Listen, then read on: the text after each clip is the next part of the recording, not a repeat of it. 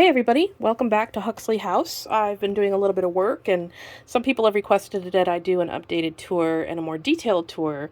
But the first thing I'm going to do before I do a detailed tour is talk about the electricity, because I finally finished installing the lights and electricity in this dollhouse. And I want to go over how I did that and also provide a list of the components that I used to do it, because it was a lot cheaper than going out and buying one of the commercial dollhouse wiring kits. And it can be done, and it's not too hard. It's just a little complicated, and I'm going to try and go through what I did.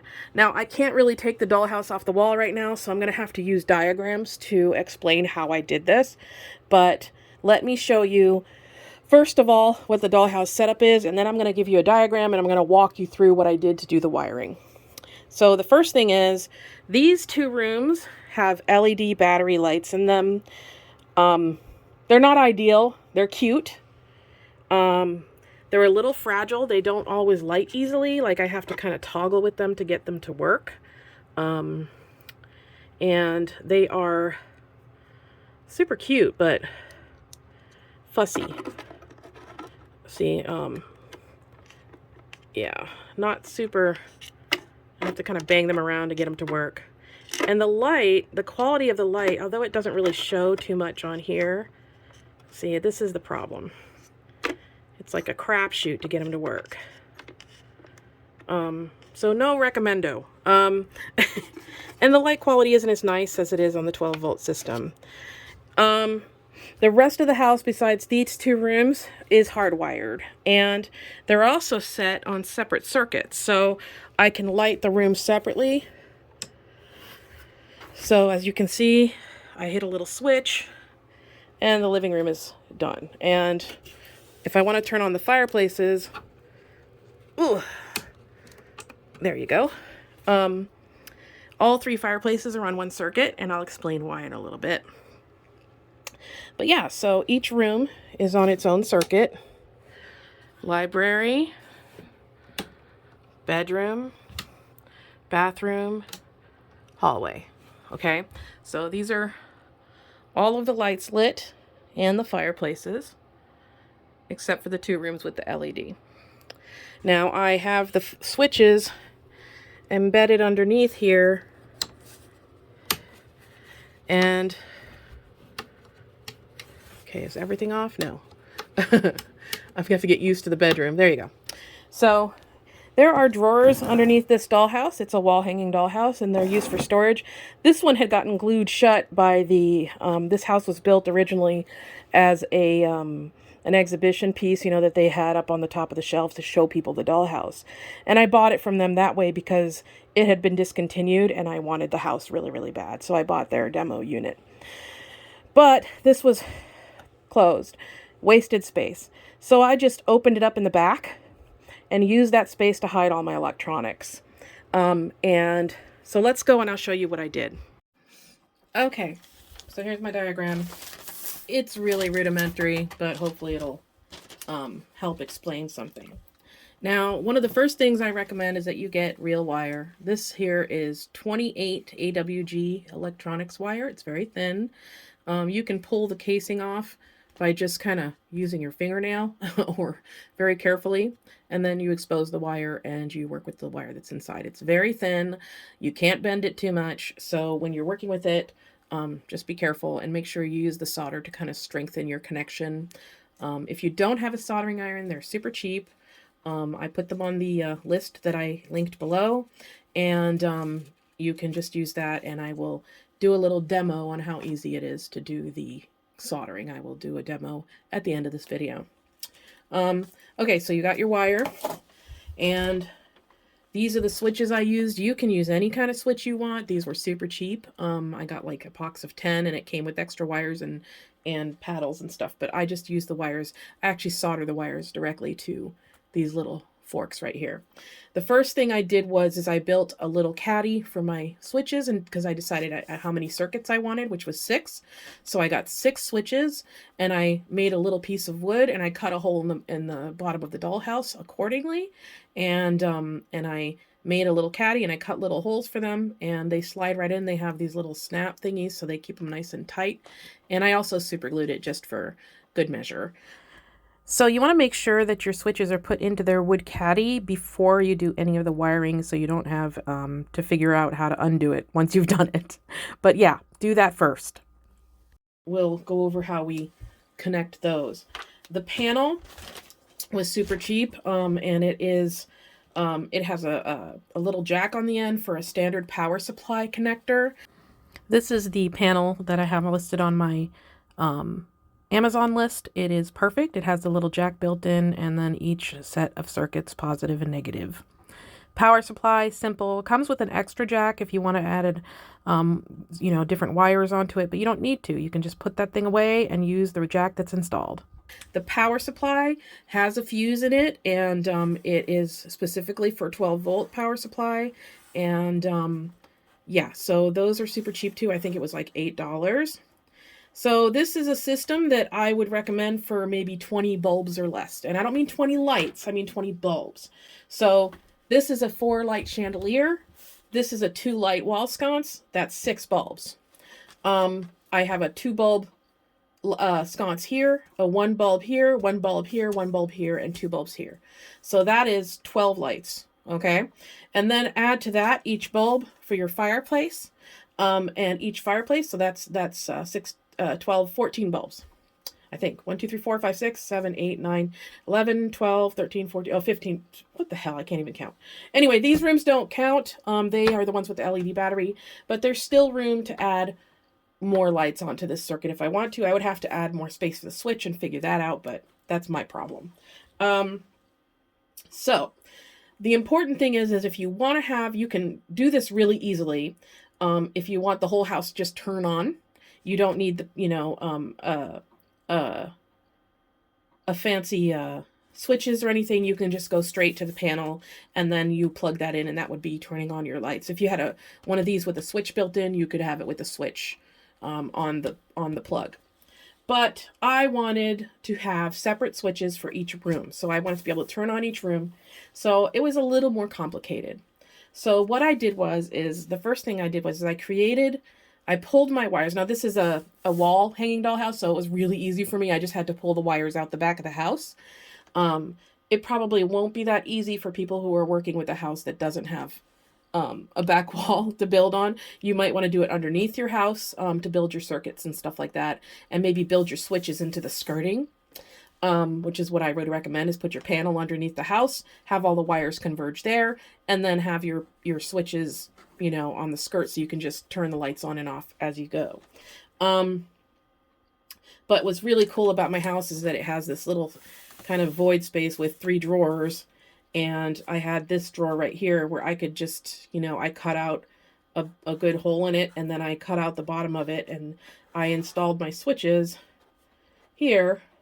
And then all my wires are all in here, like in this drawer. And I just stuck them in there. I didn't even screw it down or anything, but you can. I'm not that fussy. So each house has each room has its own circuit, and the fireplaces are on their own circuit. And I told you I would explain to you why. Fireplaces have a little resistor and type of little doodad that causes the fire bulb to flicker. It's basically like the little computer that's attached to it.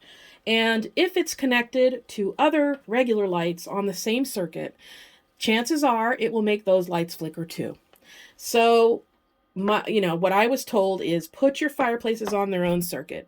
You can do them individually, so you can have a switch for each one, but I didn't really want to be that fussy. I just wanted my fireplaces on their own circuit, so they're on their own switch. So that's why I did it.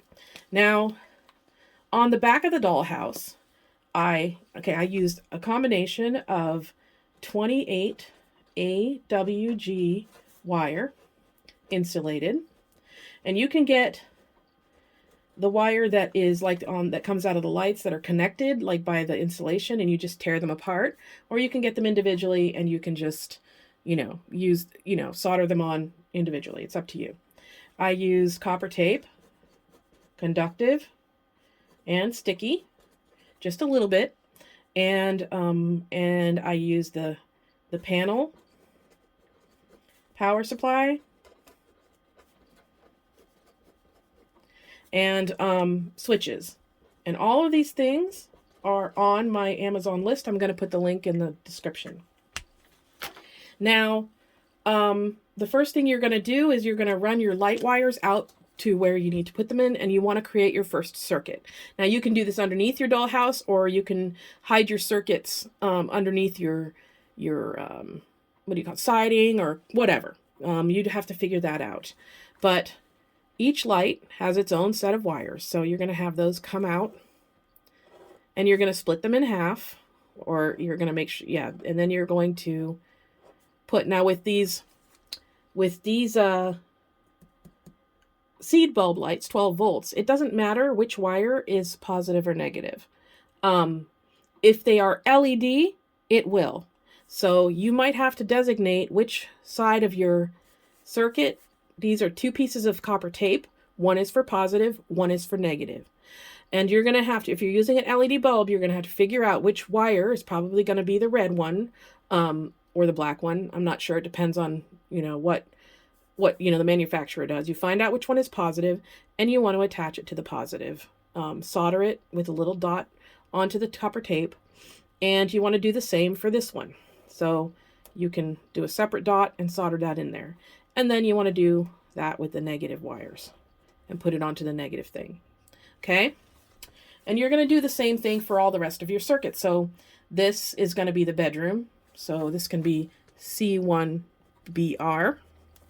And let's do the fireplaces. Okay, so C2FP. And so you're going to pull out all of your wires for the fireplaces. And you're going to put your positive wire on the, negative wire on the negative, and your positive wires on the positives. Okay. And then we're going to do positive and negative. There you go. And you're going to do the same for all the other rooms. Some of them might have one light, very uncomplicated. Some of them might have multiple lights. So you know how to do that. You just need to make sure you match positives with positive and negative with negative. So now you know which one is which, and all of your circuits are set up. Now I want to show you what that looks like. I'm going to move this a little bit for a second. I do this, this is my tester box to make sure lights are working and bulbs are fine. I just took 2 pieces of copper tape. I put glue on it so that they wouldn't get knocked around, but I soldered these wires to it. And so right now that electricity is conducting through this copper tape. I recommend with copper tape that you coat it with something, put some vinyl over it, some tape or something, just to keep it from corroding. Copper tape is great. It hides well, but it does tend to have issues and corrosion over the years. So I like to hardwire most things and then leave the copper tape exposed where I can replace it if I need to. So that's on the back of my house, and there you go. So my circuit would look like this with the wires coming in and the copper tape. So this is what the back of my house looks like before I put the wires in to bring them down to the panel. But you can see each circuit, and each one has the wires going into it. Okay, now let's say you have all of your different circuits set up on their with their wires. Each room has its thing. You've marked them out. Let's say this is the wash chamber. This is the library. So this would be C3, C4. It doesn't really matter because in my case, underneath the house, I can't even see the labels anyway. So, but if you want it labeled and you know where they are and which one belongs to which one, you just make sure you mark it next to your little switches. Okay, so the next step would be to wire it to your panel. Now the panel, as I said before, it has like the positive side coming in and then the negative. I think the positive's on this side actually, but it has the negative side, and each one of these is one circuit. So each one of these little things right here represents a circuit. I think there's 10. I used 6 of them for 6 switches, but you can have up to 10 switches on here. I recommend, as I said, no more than 20 bulbs. And then it has a little jack on the end, and it comes even with a little connector, but you can just buy the power supply that already has the jack that fits this. So you just have to plug it in and you're good to go. And the first thing you're going to do is you're going to take, and I'm going to use one example because it's going to turn into a messy craziness. But, okay, so let's say I want to connect this bedroom one. So the first thing I'm going to do is I'm going to pull the negative wire down, and I'm going to put this on the first button, the first one. So the negative one, I'm going to connect. Now these are screws, and I drew a picture here. You unscrew it, and between the screw and the plate, there's like a little like miniature plate. Now you want to put you want to shave off the edge so that your wire is exposed. All right, and you want to make sure that you have this underneath between these two things, and you want to screw that down tightly and clamp that wire in there as hard as you can so that you get a good contact. So that's the first thing you're going to connect, all your negatives. So each circuit, each switch that you want, you would bring down and connect the negatives. So fireplaces could go in number 2, number 3 would go here, number 4 would go here, okay? Now you want to do your switches. Now, I put my switches all in the same direction, and I had them all go in, I can't remember. They say it doesn't matter, but, you know, if you put the power on one side, but there's a 0 and a 1, but I put the power coming in on this side, and I had them connect to the thing on the other side. So, let's see. Your positive, the first thing you're going to do here is you're going to take, and I soldered this, but you can use the little paddles. You can use these. These are like little paddle connectors. You see that? And you can slide those over the switch if you wanted to. See how they kind of slide on? But this wire is very big, and you would probably have to solder it or twist it on and then cut it. But I would definitely solder if you want a good connection. And so you want to, sorry, I just had a brain freeze. You want to bring in your line and connect it here. And then you want to bring in your positive line, and I'm going to cross over here. Whee! And you want to connect it to this. All right. Now you should have your switches installed in their panel before you do all this. Okay. So you're going to do that for each of your things. So if you notice, your positive goes through the switch and then to the panel. So you want to do that for each of your circuits. So you bring in the fireplace, you bring in the negative, you bring in the positive, you put it into here, and then you have this go into the panel. And you do that for all of your switches. And then you install you put everything away inside your dollhouse, you install it, but you want to test it, of course. So plug it in, test it, make sure everything's working, make sure all your connections. I didn't do that, and I actually had to go back and pull everything out because the wire had broken off on one of my circuits and the bedroom wasn't working. So just make sure that all your wires are solid, everything's in place. I would use like something to solid. I put a little piece of electrical tape around each one just to make sure that like the wires didn't snap off, because these are such tiny and delicate wires that they snap pretty easily. So you want to do that for each one of your circuits, and that's it. It looks super complicated, but it's pretty logical when you do it. It's just kind of, you know, just a matter of organizing your wires so it doesn't get too confusing or too crazy, because the back of my dollhouse looks like a tangled bird's nest right now. And I'm just, you know, and I have pieces of tape holding everything down now, and I covered all of my copper tape circuits so that they wouldn't get corroded or that the wires couldn't, you know, get, you know, yanked out of their solder and everything. So now let's do a quick soldering primer.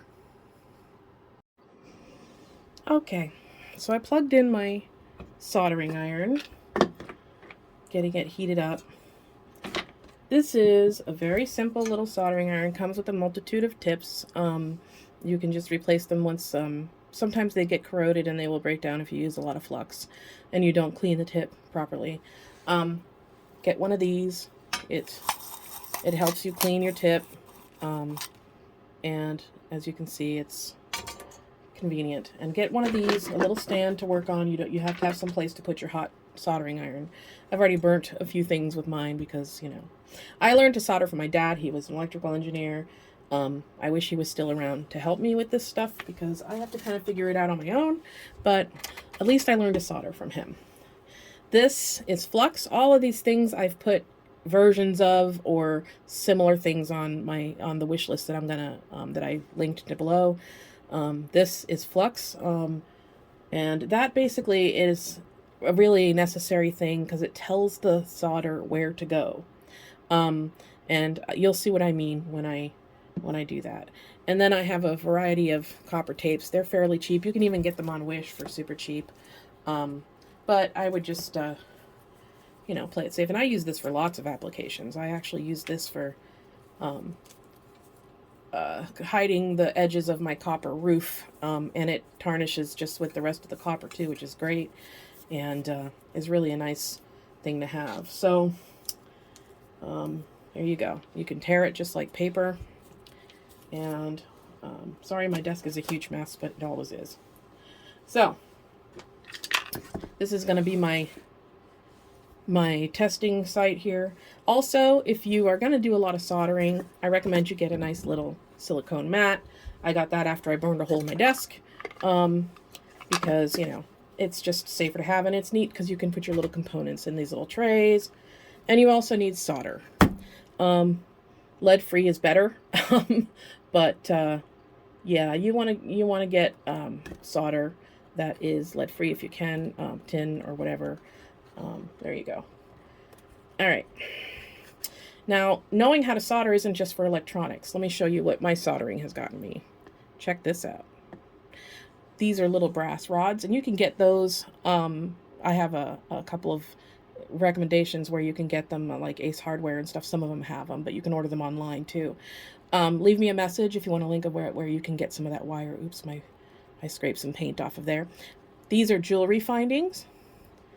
These are beads that I ripped the little loop off of. These are beads.